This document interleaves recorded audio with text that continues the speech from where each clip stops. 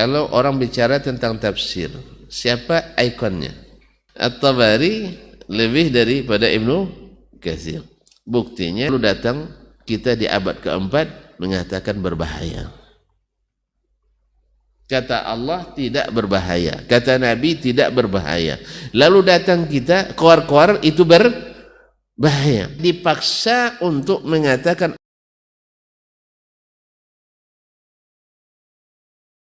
Wa dzakara Abu Ja'far Muhammad ibn Jarir At-Tabari rahimahullahu taala. Imam Abu Ja'far At-Tabari Muhammad ibn Jarir At-Tabari. Kenal ya? Nak kenal juga? Hah? Tafsir Tabari nak pernah dengar?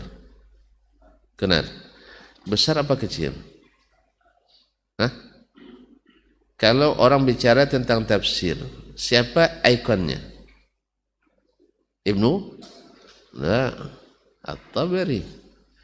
At-Tabari lebih tinggi daripada Ibnu Katsir. Cuma antum biasa baca tafsir Ibnu Katsir. Itu aja. Apalagi mondok di pesantren Ibnu Katsir itu. At-Tabari lebih daripada Ibnu Katsir. Buktinya banyak sekali nukilan Ibnu Katsir dari At-Tabari. Jelas ya? Itu balik. Jadi kadang-kadang karena masyhur Ibnu Katsir kita bilang lebih hebat dari At-Tabari. At-Tabari rahimah dan lebih dulu. At-Tabari lebih dulu. Jadi orang kalau bicara tentang tafsir maka ikonnya adalah At-Tabari. Berarti kalau hadis misalnya Al-Bukhari, beliau itu menulis tafsirnya itu sudah diringkasnya itu. Kalau diteruskan katanya habis umur tak selesai. Bisa keluar sampai 33.000 jilid. 3.000 juzuk. 3.000 juzuk. Satu juzuk itu hanya 15 sampai 20 lembar. Satu lembar 2 halaman. Berapa halaman jadinya? Hah? Syekh? 20 kali 2, 40 halaman kali 3.000. Gitu aja kok repot. Hah? 120.000 halaman. Banyak kecil. Nah, itu ya. Untung diringkasnya. Ya ringkas pun tak tamat-tamat sama kita. Yang sudah diringkasnya. Iya kalau dicobanya mengimlakkan tafsirnya, habis waktu akhirnya dia rubah, disingkat menjadi sepertiganya saja. Sepertiganya. Itu pun sudah 24 jilid. Hanya sepertiganya. Ada yang udah tamat? Tahu aja enggak tadi. Apalagi mau tamat, tahu aja enggak. Jadi oleh itu kaum muslimin dan muslimat dirahmati Allah SWT. Nah ini Muhammad Jarir Tabari. Jadi ini orang-orang bukan sembarangan nukilnya dari orang-orang yang masya Allah berkompeten. Rahimahullah fi kitabih al-i'tiqad. Dalam kitabnya al-i'tiqad. Berarti lebih dulu dari Imam As-Sabuni. As-Sabuni 449. Lebih dulu. Tabari saya lupa wafatnya 300-an atau 400. Pokoknya 300-an. Saya lupa tahunnya. Nah. Fi kitab al-i'tiqad padahal masyhur sekali ya. Tapi termasuk yang terlupakan. Kalau Ibnu Katsir langsung hafal 77. Lupa lagi antum. Tapi masyhur tadi 774. Nah.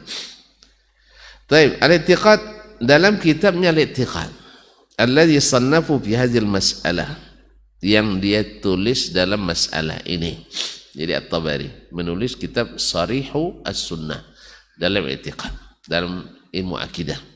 Wa qala amma al-qawlu fi alfadh al-ibad fi al-Qur'an fala athara fihi na'lamu an sahibiyyin wala tabi'in illa amman fi qawlihi al-ghina wash-shifa' wa fi ittiba'ihi ar-rusd wal-huda wa ma yaqumu qawlahu maqam al-a'immati al-ula Abi Abdillah Ahmad bin Hanbal rahimahullah فإن أبا إسماعيل الترمذي حدثني قال سمعت أبا عبد الله أحمد بن حنبل رحمه الله يقول اللفظية جهمية Qala Allah Ta'ala fa'ajirhu hatta yasma'a kalam Allah at-taubah mimman yasma'. Dah paham ya? Oh belum. Ya, beliau berkata, siapa tadi? Imam At-Tabari. Imam At-Tabari rahimahullahu ta'ala. Ma'asyarul kiram. Apa katanya? Ammal qawlu fi alfadhil ibadi fil Qur'an. Adapun membicarakan tentang lafaz-lafaz hamba, yaitu ketika hamba ini manusia membaca Al-Quran. Ini kan lafaznya lafaz kita ini, sah? Lafaznya lafaz kita. Ini yang subuhat yang masuk ke ahli kalam itu. Kan antum yang mengucapkan. Berarti ini lafaz antum. Jelas? Makanya katanya, fala athara fihi na'lamuhu. Ini tidak kami temukan, kata Ibnu Jarir, asar. Tidak ada riwayat seperti ini dari para pendahulu kita. An sahabiyin, baik dari sahabat, wala tabi'iyin, bahkan dari tabi'i sekalipun. Tidak ada mereka bahas ini, karena sudah final tadi seperti kata Imam Ishaq bin Rahawai. Tidak perlu dibahas yang seperti ini, sebab banyak syubhatnya. Orang kan suka membahas hal-hal yang banyak syubhatnya, yang banyak mutasyabihatnya. Bahkan dan Allah katakan itu tanda zaigun. Tanda zaig atau zaig cenderung kepada kesesatan, cenderung kepada kebatilan. Salah satunya ada ngungkit-ngungkit yang mutasyabihat. Hal-hal yang tak perlu dibahasnya. Seperti membahas apakah Adam benar manusia pertama. Kalau benar, apa manfaatnya? Kalau tidak, apa gunanya? Tapi sibuk membahas sampai berdebat berhari-hari dan bermalam-malam. Makanya tidak perlu dibahas sebenarnya. Sebab apa?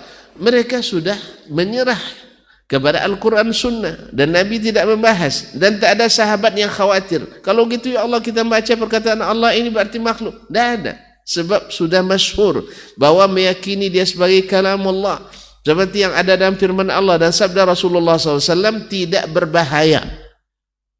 Tidak berbahaya. Lalu datang kita di abad keempat mengatakan berbahaya. Kata Allah tidak berbahaya, kata Nabi tidak berbahaya. Lalu datang kita keluar-keluar itu berbahaya. Jadi ini yang berbahaya, ini yang berbahaya.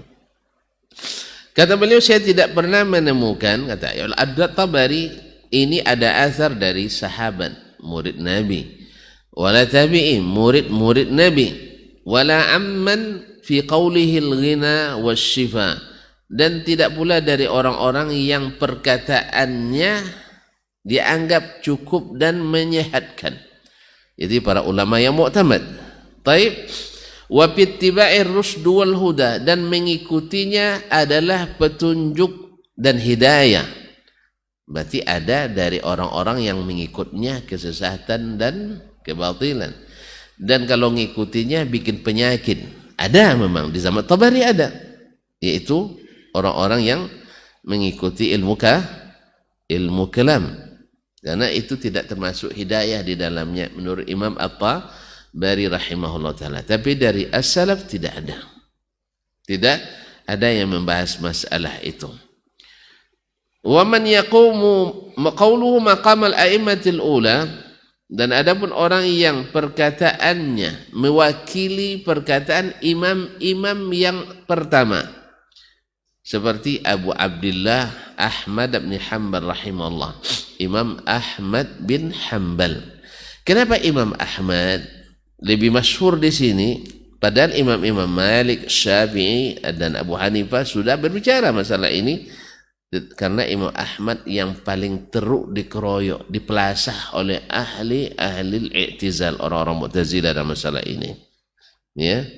Dan nanti belakangan nanti juga dikeroyok oleh ahli kalam. Ya, ahli kalam al-Asy'ariyah wal Maturidiyah. Dulu ada istilah akidah Hambaliyah dan akidah Asy'ariyah dan al-Maturidiyah. Jadi makanya Imam Ahmad lebih ditonjolkan di sini karena dia yang teruk. Tahu teruk enggak tahu? Tahu enggak tahu juga di Plaza enggak tahu juga gimana lagi harus tuntun. Azab oh azab tahu ya. Azab oleh orang-orang ahli bid'ah sehingga Imam Ahmad sampai disiksa berkali-kali. Sehingga beliau menjadi ikon karena kalau dia mau bisa saja dia akui tapi dalam hatinya mengingkari demi menghindari siksa dan provokasi, tapi dia tidak mau. Sebab kalau saya tak ambil uzur ini nanti banyak yang tersesatkan. Maka apa kata Imam Ahmad rahimahullah? Fa inna Aba Ismail At-Tirmizi, Abu Ismail At-Tirmizi haddatsani mengatakan, qala dia berkata, sami'tu Aba Abdillah Ahmad bin Hanbal rahimahullah. Saya mendengar Abu Abdillah Ahmad ibn Hanbal rahimahullah taala mengatakan, qala afwan yaqul al-lafdhiyatu jahmiyah. Orang yang membahas-bahas masalah ini itu orang-orang Jahmiyah. Tahu Jahmiyah? Jaham ibn Safwan. Inilah yang pertama membawa bala dalam masalah akidah, di antara orang yang membawa bala masalah akidah di kalangan umat Islam. Dia adalah orang yang menuhankan akal, orang yang mendahulukan akal, sehingga akidahnya dibangun di atas akal. Dan tuan-tuan tahu enggak bahwa dia meyakini dia salah atau meyakini dia benar? Hah? Karena dia meyakini dia benar, dia yang benar. Yang salah siapa? Yang salah siapa? Ya Ahmad bin Hanbal. Yang salah Asy-Syafi'i, yang salah Al-Buwaiti. Sampai tidak sedikit ulama ahlus sunnah yang besar-besar seperti Ahmad ibn Nasr al-Marwazi dan Imam Al-Buwaiti, murid Imam Asy-Syafi'i, sampai mati karena dipaksa untuk mengatakan Al-Quran itu makhluk. Al-Quran itu makhluk. Nah, gara-gara orang Mu'tazilah. Sedangkan Al-Jahmiyah dan Ahlul Kalam selamat karena mereka sepakat mengatakan bahwa Al-Quran itu makhluk, yang asli itu di Lauhul Mahfuz.